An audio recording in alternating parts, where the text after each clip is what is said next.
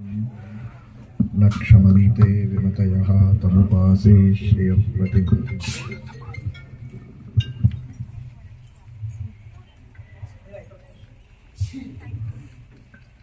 विश्वस्य स्थितिलयोद्भवहेतुराद्यः योगेश्वरैरपि दुरत्यययोगमार्गः।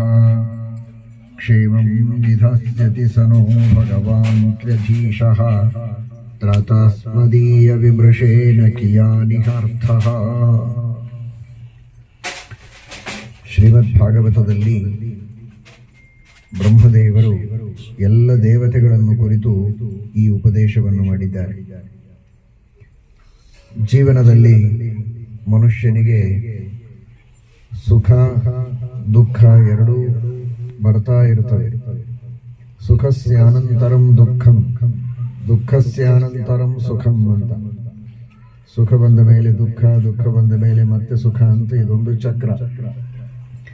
ಚಕ್ರದಲ್ಲಿ ಮೇಲೆ ಬಂದದ್ದು ಕೆಳಗೆ ಹೋಗ್ತದೆ, ಕೆಳಗೆ ಬಂದದ್ದು ಮತ್ತೆ ಮೇಲೆ ಬರ್ತದೆ. ಹಾಗೆ ಈ ಸಂಸಾರ. ಅದಕ್ಕೆ ಕಾರಣ ಅವನು ಮಾಡಿದಂತಹ ಕರ್ಮಗಳು. ಪುಣ್ಯ ಹಾಗೂ ಪಾಪಗಳನ್ನು ಎರಡನ್ನೂ ಮನುಷ್ಯ ಮಾಡಿರ್ತಾನೆ. ಪುಣ್ಯ ಪಾಪಗಳಿಗೆ ಅನುಗುಣವಾಗಿ ಸುಖ ದುಃಖಗಳನ್ನು ಭಗವಂತ ಕೊಡ್ತಾ ಇರುತ್ತಾನೆ.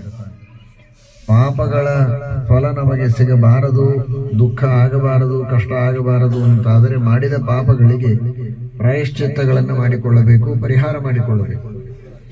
ಆಗ ಪಾಪಗಳ ಫಲವನ್ನ ಪರಮಾತ್ಮ ನಮಗೆ ಕಡಿಮೆ ಕೊಡುತ್ತಾನೆ. ಅದಕ್ಕೆ ಪ್ರಾಯಶ್ಚಿತ್ತ ಅಂತಾರೆ. ಪ್ರಾಯಶ್ಚಿತ್ತಗಳಲ್ಲಿ ಅನೇಕ ಪ್ರಾಯಶ್ಚಿತ್ತಗಳಿವೆ.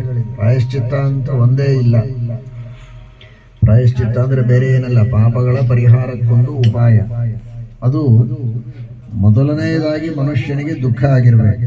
ನಾನು ಮಾಡಿದ ಪಾಪಗಳು ಬಹಳ ಇವೆ, ತಪ್ಪು ಮಾಡಿದ್ದೇನೆ, ಮಾಡಬಾರದಾಗಿತ್ತು ಅನ್ನುವುದಕ್ಕೆ ಮನಸ್ಸಿನಲ್ಲಿ ಒಂದು ನೋವು ಇದೆಯಲ್ಲ, ಅದಕ್ಕೆ ತಾಪ ಅಂತಾರೆ. ಪಶ್ಚಾತ್ತಾಪ.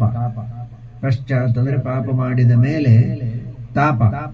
ಈ ಪಾಪ ಮಾಡಿದ್ದು ತಪ್ಪು ಅಂತ ಮನಸ್ಸಿನಲ್ಲಿ ಒಂದು ದುಃಖ, ಅದು ಮೊದಲನೇ ಪ್ರಾಯಶ್ಚಿತ್ತದ ಮೂಲ.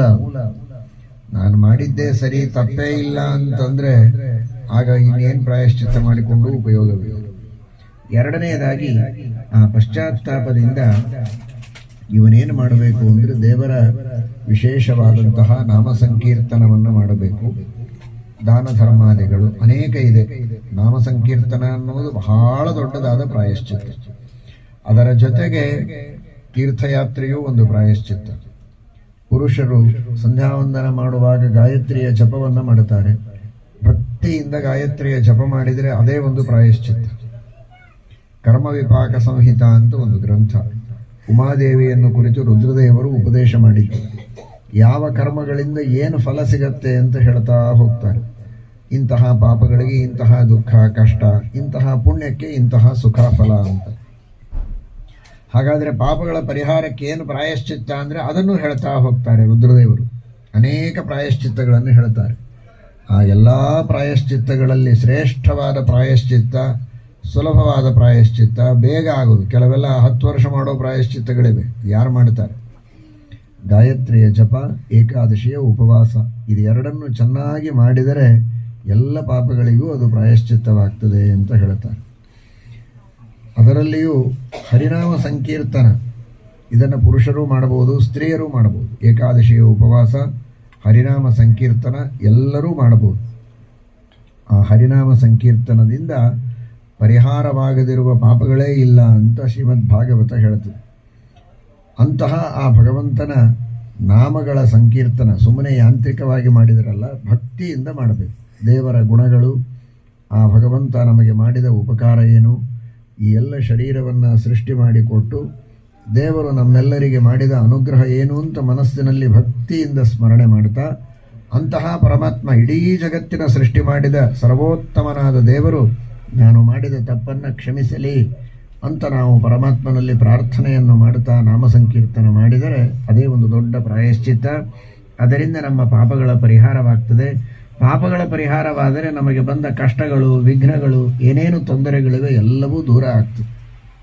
ದೇವರು ಅದನ್ನು ಮಾಡುವುದಕ್ಕೆ ಸಮರ್ಥನಾಗಿದ್ದಾನೆ.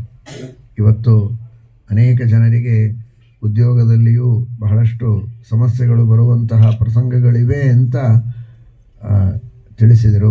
ಆ ತರಹದ ಸಮಸ್ಯೆಗಳು ಏನಿದ್ರೂ ಕೂಡ ತಪ್ಪದೇ ಗಾಯತ್ರಿಯ ಜಪ, ವಿಷ್ಣು ಸಹಸ್ರನಾಮದ ಪಾರಾಯಣ ನೀವು ಮಾಡಿ ಧೈರ್ಯದಿಂದ ಇರಿ.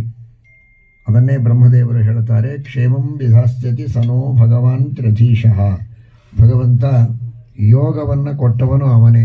ಯೋಗ ಅಂದರೆ ನಮಗಿಲ್ಲದ ಭಾಗ್ಯವನ್ನು ಕೊಟ್ಟವ, ಕ್ಷೇಮ ಅಂದರೆ ಕೊಟ್ಟ ಭಾಗ್ಯವನ್ನು ಉಳಿಸುವವ ಅಂತ. ಯೋಗ ಕ್ಷೇಮಂ ವಹಾಮ್ಯಹಂ. ಭಾಗ್ಯ ಕೊಟ್ಟ ದೇವರು ಆ ಭಾಗ್ಯವನ್ನು ಉಳಿಸ್ತಾನೆ. ಅದಕ್ಕಾಗಿ ನಿತ್ಯದಲ್ಲಿ ಆ ವಿಷ್ಣು ಸಹಸ್ರನಾಮದ ಪಠನವನ್ನು ಮಾಡಿ ವಿಶೇಷವಾಗಿ ಭಗವಂತನ ಅನುಗ್ರಹವನ್ನು ಎಲ್ಲರೂ ಪಡೆಯಬೇಕು. ಸ್ತ್ರೀಯರು ಕೂಡ ವಿಶೇಷವಾಗಿ ದೇವರ ನಾಮವನ್ನು ಹೇಳ್ತಾ ಲಕ್ಷ್ಮೀ ಶೋಭಾನ ಮಧ್ವನಾಮ, ಲಕ್ಷ್ಮೀನಾರಾಯಣರು ಮುಖ್ಯ ಪ್ರಾಣದೇವರು, ಇವರ ಅನುಗ್ರಹ ಇದ್ದರೆ ಯಾವ ರೀತಿಯ ಕಷ್ಟಗಳು ಬರೋದಿಲ್ಲ. ದೇವರು ಉತ್ತಮವಾದ ದಾರಿಯನ್ನು ತೋರಿಸ್ತಾನೆ. ಎಲ್ಲರೂ ಧೈರ್ಯವಾಗಿ ನಿಶ್ಚಿಂತವಾಗಿರಬಹುದು. ನಿಮಗೆಲ್ಲರಿಗೂ ಕ್ಷೇಮವಾಗಲಿ ಅಂತ ದೇವರಲ್ಲಿ ನಾವು ಪ್ರಾರ್ಥನೆಯನ್ನು ಮಾಡ್ತೇವೆ. ಎಲ್ಲರಿಗೂ ಮಂಗಲವಾಗಲಿ ಅಂತ ವಿಶೇಷವಾಗಿ ಗುರುಗಳಲ್ಲಿಯೂ ಪ್ರಾರ್ಥನೆಯನ್ನು ಮಾಡುತ್ತೇವೆ. ಹರಿವಾಯು ಗುರುಗಳ ಅನುಗ್ರಹದಿಂದ ಎಲ್ಲರಿಗೂ ಕ್ಷೇಮವಾಗ್ತದೆ.